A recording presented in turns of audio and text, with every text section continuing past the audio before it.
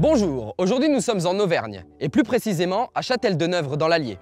Et nous allons rencontrer Julien, qui exerce le métier de gestionnaire d'espaces naturels. Julien travaille pour le Conservatoire d'espaces naturels de l'Allier et travaille sur plusieurs sites et dans plusieurs milieux naturels. Et Julien va nous expliquer les facettes de son métier. Allez, on y va.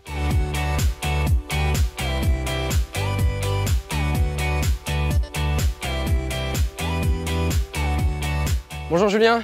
Bonjour Mohamed. Je viens pour le reportage, comme convenu. Je suis ravi de te présenter mon métier. On va aller faire un petit suivi scientifique sur la mare qui est juste là derrière. D'accord. Et puis après on enchaînera sur des petits travaux de gestion. Allez, on y va. Alors premièrement, est-ce que tu pourrais me parler des missions de ton métier? Eh bien déjà, je pense que c'est important de signaler que je travaille dans un milieu rural. Ensuite, concernant mon métier proprement dit, donc je participe aux travaux de gestion, donc tout ce qui est débroussaillage, abattage. Donc je fais aussi de la mise en place de clôture en relation avec l'agriculteur qui est en place sur le site. Je fais également tout ce qui est petit entretien du matériel et puis donc nettoyage du matériel de gestion. Je fais aussi également des suivis de milieu, donc ça soit que la surveillance de l'évolution, mais aussi faire des inventaires faune-flore.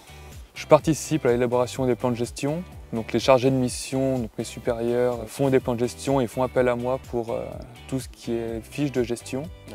J'encadre les entreprises qui viennent faire des gros travaux et je fais également de la cartographie de site. Donc essentiellement les travaux réalisés, mais aussi de la petite cartographie simple concernant l'évolution d'un site. Est-ce que ton métier demande des compétences ou des qualités particulières?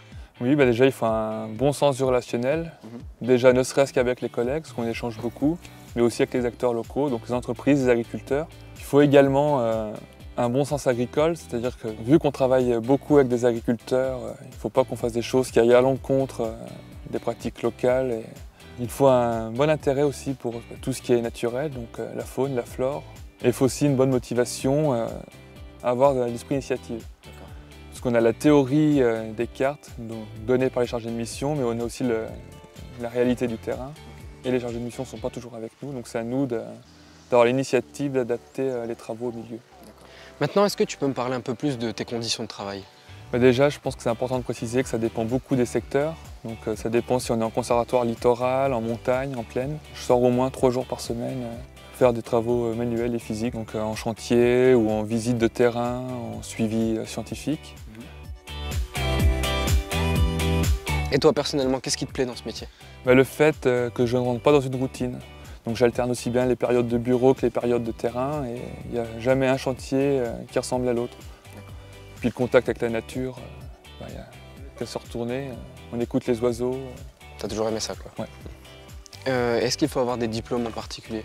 Moi personnellement, j'ai un BTS agricole, gestion et maîtrise de l'eau.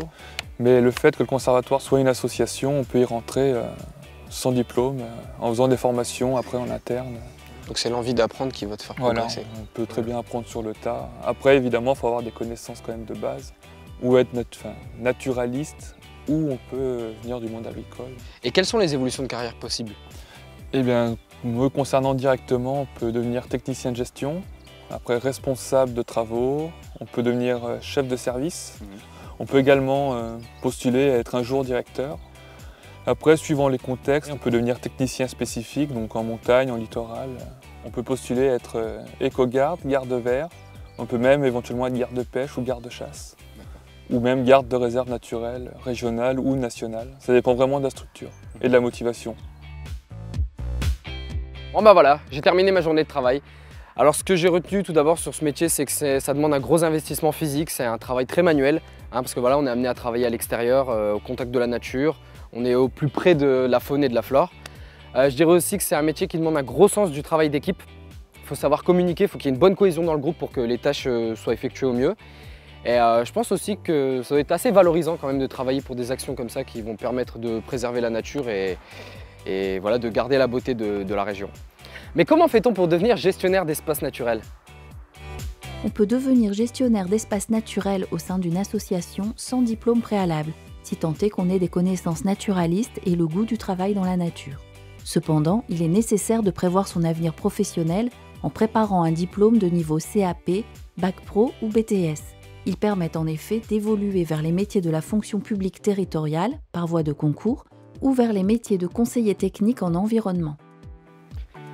Bon bah Julien, merci beaucoup pour cette journée. Mais de rien, c'était un plaisir. Bah pareil, franchement, bon, je suis super épuisé, mais encore merci pour l'accueil.